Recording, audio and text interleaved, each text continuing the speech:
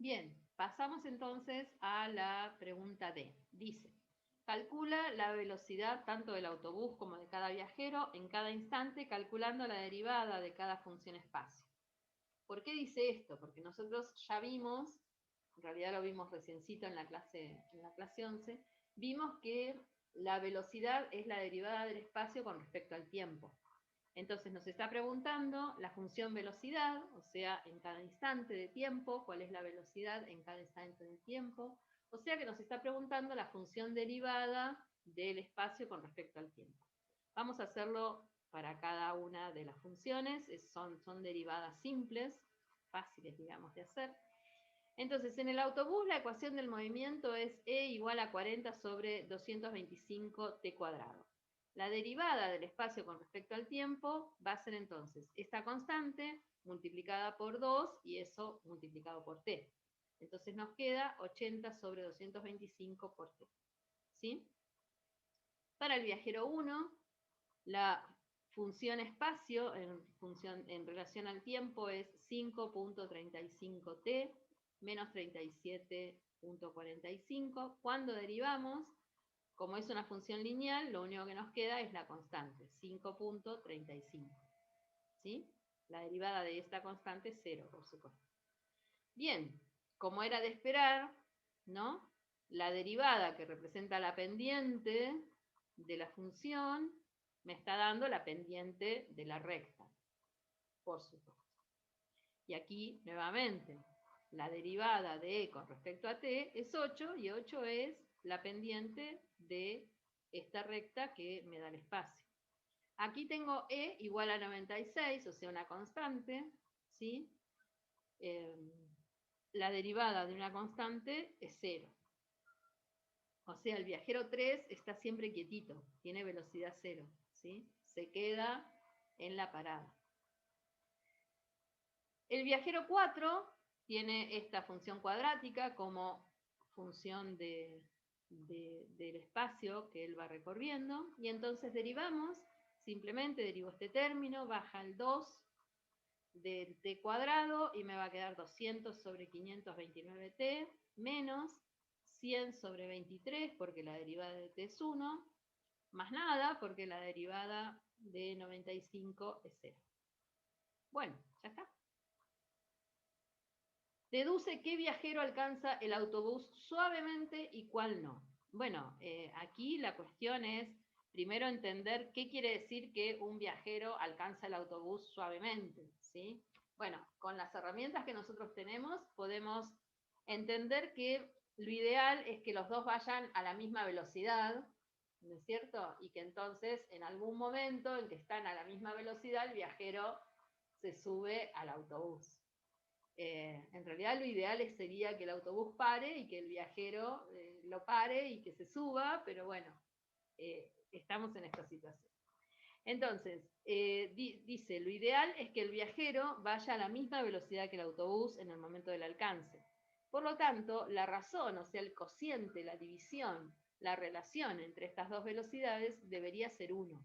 ¿Está bien? Porque si yo pongo como numerador la velocidad del viajero, por ejemplo, y como denominador la velocidad del autobús, si las dos velocidades son iguales, ese cociente, esa razón, nos va a dar 1. ¿Está bien? Así que decimos, lo mejor sería que, a ver, el que lo alcanza más suavemente es aquel cuya razón de velocidades es más cercana a 1. Para eso vamos a hacer una tabla, ¿sí? Porque conocemos el instante en que se alcanza y conocemos la velocidad del viajero y conocemos la velocidad del autobús.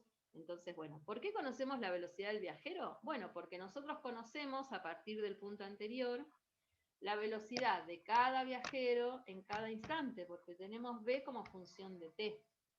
Así que podemos calcular esa velocidad, que es e' en el momento en que nos interese. Por ejemplo, para el viajero 1, el instante de alcance es 11 segundos, entonces calculamos la velocidad del viajero a los 11 segundos. Esto lo hacemos usando E', la E' que corresponde al viajero 1, por supuesto, y reemplazamos T por 11, eso nos da 5.35. La velocidad del autobús a los 11 segundos la encontramos también utilizando su función velocidad y eso nos da 3.9 metros sobre segundo. La razón entre las velocidades es simplemente tomar este valor, 5,33 metros sobre segundo, dividirlo por 3,9 metros sobre segundo, nos va a dar una razón que como tal no tiene unidades, ¿no es cierto? Aquí, digamos, no tiene unidades porque es una razón de dos magnitudes que son lo mismo. Entonces se simplifican y nos da 1.37. De la misma manera encontramos las otras razones. Para el viajero 2 nos da 1.5, para el viajero 3 nos da 0, por supuesto 0 dividido cualquier cosa me da 0. Para el viajero 4 me da 4.3 sobre 8.2, 0,52. Así que el que lo toma más suavemente es el que va a estar más cercano a 1, en este caso es el viajero 1. ¿Sí? Luego el viajero 2. Y por último, el viajero 4 y el viajero 3 es el que está más en problemas, ¿no? Bien. Creo que aquí hablamos de eso. Sí, del viajero 3. Dice, este viajero ha permanecido quieto, velocidad igual a 0, a 96 metros de la parada, bueno, es algo que ya les expresé varias veces, esperando que pase por allí el autobús, pero ¿qué pasa? El autobús va a pasar muy rápido por ahí, ¿sí? Así que va a ser imposible en realidad que lo tome. El viajero 4, que estaba inicialmente a 95 metros de la parada, fíjense lo que ha sucedido con el viajero 4. Tenemos acá... que yo moví. Acá. Acá está el viajero 4 y acá está el autobús, ¿no? Y todo lo demás también está, pero no nos interesa. Bien, ¿qué pasa acá? Fíjense que el viajero 4 está a 95, nos había dado, 95 kilómetros de la parada cuando el autobús arranca, ¿no es cierto? ¿Y qué es lo que hace el viajero 4? Observemos que a medida que pasa el tiempo, la función es decreciente. O sea, en este momento, por ejemplo, a los 5 segundos, él se encuentra a menos de 95 metros de la parada, ¿sí? Está más cerquita de la parada. O sea que empezó a correr o a caminar hacia la parada, disminuyendo hasta este momento, digamos, disminuyendo su distancia a la parada. Tenemos entonces el significado concreto de una función decreciente en un determinado intervalo. O sea, entre 0 y 11, 12 segundos, no se llega a ver muy bien acá porque tengo una línea, no tengo la parábola, o sea, es una gráfica que está segmentada, ¿no es cierto? Pero vemos que más o menos anda por acá, que sería entre los 11 y 12 segundos, ¿sí? Que el viajero desde 0 y ese momento está corriendo hacia la parada. ¿Está bien? Su velocidad es negativa, observen, ¿no? Que si yo trazara las tangentes, aquí me van a dar siempre negativas. ¿Y por qué me dan negativas? Me dan negativas simplemente porque yo estoy considerando positivo el alejarse de la parada. Entonces, algo que apunta hacia la parada, como es la velocidad en este caso, va a tener un menos, ¿está bien? Recordemos que es un vector velocidad que tiene sentido además de magnitud. ¿Está bien?